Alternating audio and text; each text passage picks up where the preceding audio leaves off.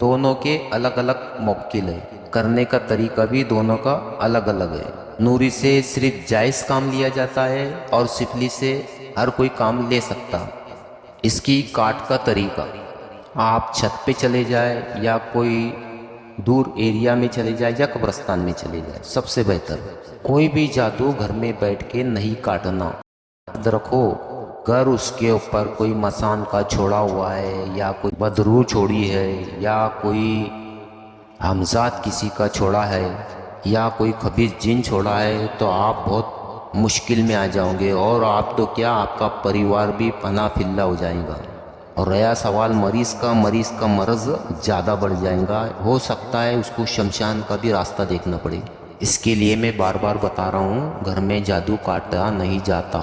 ہر کوئی جادو کا طریقہ ہے، چھوٹا ہو یا بڑا ہو۔ جیسے طریقہ جادو کرنے کا الگ الگ ہے، ایسے ہی جادو کاٹنے کا الگ الگ طریقہ استعمال کرنا پڑتا، سامان بھی الگ الگ سے لینا ہے۔ اب بات کریں گے کالی دیوی کا جادو۔ سب جادوؤں سے زیادہ کالی دیوی کے جادو ملتے ہیں۔ اس کے کرنے کے طریقے بھی الگ الگ، جگہ بھی الگ الگ۔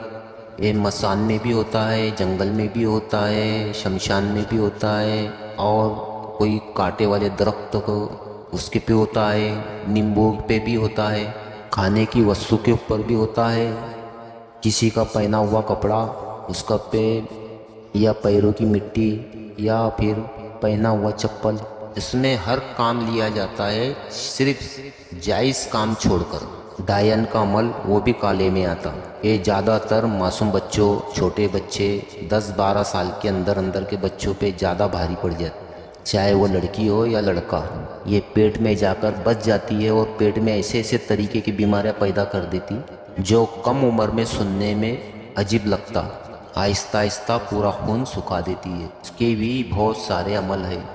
نیمبو پہ بھی کالا جادو کیا جاتا ہے کسی کے بھی نام سے، اور وہ نیمبو کوئی بھی کانٹے کے درخت پہ لٹکا دو، جیسا جیسا درخت کے اوپر نیمبو سوکھتا جائے گا، آدمی عورت وہ آٹومیٹک سوکھتے جائیں گے، چہرہ بدصورت ہو جائے گا، دماغ میں گرمی زیادہ بڑھ جائیں گی، پاگل جیسی حرکت کرنے لگ جائیں گے۔ اور آپ کو ایک بات بتاتا چلوں، کسی کی بھی گھر کا اگر آئے مٹھائی یا کوئی ایسی وستو جو آپ کے کھانے میں استعمال ہوئے، تو یاد رکھو سب سے پہلے اس پہ 11 مرتبہ آیت الکرسی پڑھ لو، 11 مرتبہ سورہ فلق سورہ ناس پڑھو، دم کر دو۔ اور اگر یاد ہو سورہ جن تو سورہ جن 1 مرتبہ پڑھ کے دم کر کے پھر وہ وستو جو کھانے میں استعمال ہوئے اسے استعمال کر سکتے۔ کسی پہ بھی بھروسہ مت کرو، 80% اپنوں سے جادو ہوتا ہے۔ کیوں؟ حسد جلن کی وجہ سے۔ اور اپنی اولاد لڑکی ہو یا لڑکا، اگر وہ اپنی نافرمانی کر رہی ہے اور اگر غلط لائن پہ زیادہ بڑھ گئی، کسی کے حرام کاموں میں آگے نکل گئی، تو ہو سکتا اس کا وشیکرن کیا گیا ہو۔ وشیکرن ایسا ہے، کیا کوئی بھی کسی کو بھی حاصل کرنا ہو، اس کا فوٹو کی ضرورت پڑتی ہے، بہت آسانی سے وشیکرن ہوتا ہے۔ یہ بھی ایک کالے جادو کی نشانی ہے۔ شیطانی جن یا آتمائیں کسی پہ مسلط کرنا، یہ بھی کالے جادو۔ گھر میں سانپ بچھو یا کوئی سپلی یا خطرناک سے جانور، کیڑے مکوڑے بھی دکھائی دیے تو یہ بھی کالے جادو کی نشانی ہے۔ یا جس گھر میں زیادہ دواخانوں کا علاج چلتا ہو اسے بھی چیک کر لیا کرو۔ چلو اب آتے ہیں مسان کا جادو۔ یہ سب سے خطرناک مانا جاتا ہے۔ میں ایک نام لوں گا، اس کے پیچھے 20-22 جادو کے طریقے ہوتے ہیں، جیسا کہ کچا مسان، پکا مسان، گنگا مسان، مگھٹیا مسان، اگھڑ مسان، سوکھا مسان، تیلیا مسان اور کال بھیرو۔ کال بھیرو کا جادو ایسا ہے، دنیا کے کوئی بھی کونے میں بسا ہو مریض اس پہ جا کر کام کر دیتا ہے۔ یہ 70 پتلیوں سے تیار ہوتا ہے۔ اس میں مریض کا پہنا ہوا کپڑا یا سر کا بال یا کوئی بھی ہاتھ کا رومال اس کا ضروری ہے، اور اس میں کالا کلوا اسے چھوٹا کلوہ بھی کہا جاتا ہے۔ یہ ایک بچے کا ہمزاد ہوتا ہے جو دنیا میں آنے سے پہلے انتقال کر جاتا ہے، اسے دفنایا جاتا ہے۔ یہ شیطانی جادوگر پھر اس کا ہمزاد کو قابو کر کے اس سے کام لیتے۔ اس کا جادو بھی بڑا تیز ہے اور کاٹنے میں بھی مشکلات آتی، حالانکہ اللہ کے کرم سے قرآن کی آیاتوں کے ذریعے اس کا بھی علاج ہے، پر طریقہ صحیح سننا۔ آگے انشاءاللہ میں ہر عمل کی کاٹ کا پلٹانے کا طریقہ مکمل بتاؤں گا۔ ویسے ہی ایک جادو ہے 1.5 فٹیا۔ 1.5 فٹیا کسے کہتے ہیں؟ جو 4 سال کے درمیان سے 7 سال کے درمیان میں جو بچہ انتقال کر جاتا ہے، انتقال کا مطلب ہے ایکسیڈنٹ، حادثے میں اس کی موت ہوئی، اس کو شیطانی جادوگر نظر رکھتا ہے اپنے عمل کے ذریعے سے، اور وہ جہاں دفن ہوتا ہے وہاں سے اس کا ہمزاد کو قید کر لیتا اور اس کو صندوق میں بند کر کے اس سے کام لیتا۔ یہ ایسے کام لیتا ہے کہ آپ کے دماغ کی سوچ کے باہر بات ہے۔ ایسے ہی نوری عمل کے ذریعے سے اس کو آزاد کر دیتا ہے، قید نہیں کرتے، آزاد کر کے اس کو جہاں سے آیا وہاں اس کو روانہ کر دیتے۔ کالا کلوے کا بھی عمل ایسی ہے کہ اس کو بھی قید نہیں کرتے ہیں، نہ جلاتے ہیں، نہ اس کو کوئی نقصان پہنچاتے، اس کو بھی جادوگر سے آزاد کرا لیتے اور اس کی جگہ پہ اس کو بھیج دیتے، خود بخود عمل کٹ جاتا۔ یہ مسان سے ہی جو موٹ کا عمل بولتے ہیں، یہ بھی موٹ کا یعنی سامنے والے کو اڑانا، کسی کو بھی اس کے ٹائم رہتا اس کو جان سے ختم کرنا، تو یہ بھی شمشان سے ہی شروع ہوتا۔ ایسے ہی اگوری کا بھی جادو، یہ بھی بہت سے عمل ان کے یعنی جادو ان کے جانی نقصان یعنی جان کو نقصان پہنچانے والے، اور یہ مردوں کے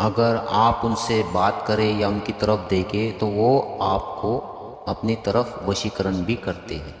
اگوریوں کے بھی بڑے بڑے عمل یعنی بڑے بڑے جادو ہے، سامان بھی ان کا مہنگا ملتا اور مشکل سے ہی ملتا۔ ایسے ہی اس کا کاٹ کا طریقہ، کاٹ میں بھی اس کا سامان مہنگا ملتا اور بہت پہلے سے اس کی لائن لگانا پڑتی۔ جیسے مسان کے طریقے الگ الگ ہے عمل کے، ویسے ہی اس کی کاٹ کے طریقے بھی الگ الگ ہے۔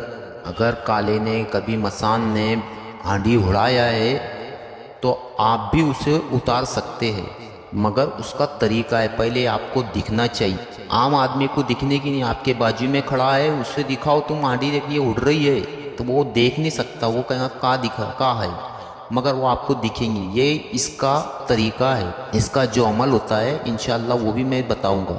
ہانڈی دکھیں گی بھی، آپ چاہے اس کو کا اتارنا ہے وہ اتار بھی سکتے، کھول بھی سکتے، اس کا عمل بھسٹ بھی کر سکتے اور کسی کی جان بچا بھی سکتے اللہ کے کرم سے۔ مسان کے ذریعے یہ شیاطین جین کو بھی اپنے قبضے میں کرتے اور جیسا چاہے جو چاہے اس سے کام لیتے۔ کسی پہ مسلط کرنا ہو، کسی سے کوئی چیز منگانا ہو، یا کسی عورت کو نقصان پہنچا یا بچوں کو کرنا۔ ابھی میں نے جتنے بھی آپ کو طریقے بتایا جادو کے حوالے سے، یہ صرف میں نے ایک پنہ کھولا، ابھی تو بک باقی ہے، مگر گھبراؤ مت۔ نوری عمل اتنا پاورفل ہے کہ دنیا کا بڑے سے بڑا جادوگر یا جادو بھیجا ہوا ہو یا برسوں سے چھپا ہوا ہو یا خاندان کے خاندان برباد کر دیا ہو، نوری عمل میں وہ طاقت ہے کہ سب کو بھسم کر دیتا، سب کو کاٹ دیتا ہے اور پلٹا بھی دیتا ہے۔ اور کوئی کسی کو دشمن کو سزا دلوانا ہو، اس کے انجام تک اس کو پہنچانا ہو، کوئی کام ایسا نہیں، صرف جائز، ہر کام اس سے لیتے، بس اس پہ مکمل بھروسہ کرنے والا چاہیے۔ اگر آپ نوری کے ذریعے سے علاج کروا رہے ہیں تو مکمل بس دل میں تھام لے کہ بس میرا علاج ہو گیا، ایسا نہیں ہوگا کہ نہیں ہوگا، ہوگا کہ نہیں ہوگا تو سمجھو آپ فیل ہو گئے۔ بھروسہ یقیناً سب سے بڑی طاقت ہے۔ انشاءاللہ ہر عمل کا طریقہ بھی بتاؤں گا، ہر جادو کی کاٹنے کا کیسا کاٹنا ہے، کہاں کاٹنا ہے، اس کا سامان کیا ہوگا، ہر طریقہ ایک ایک کھل کر آپ کو ایک ایک عمل کا آسانی سے اگلی ویڈیو میں دوں گا۔ اور ایک خاص بات عاملوں کے لیے، یا کوئی بھی بھائی تعویذ وغیرہ کسی کو دیتا ہو تو پہلے یہ ایک بات جان لو، اگر کسی پہ اثرات ہے یا کوئی چیز کسی پہ مسلط کر دی گئی ہے یا کسی کے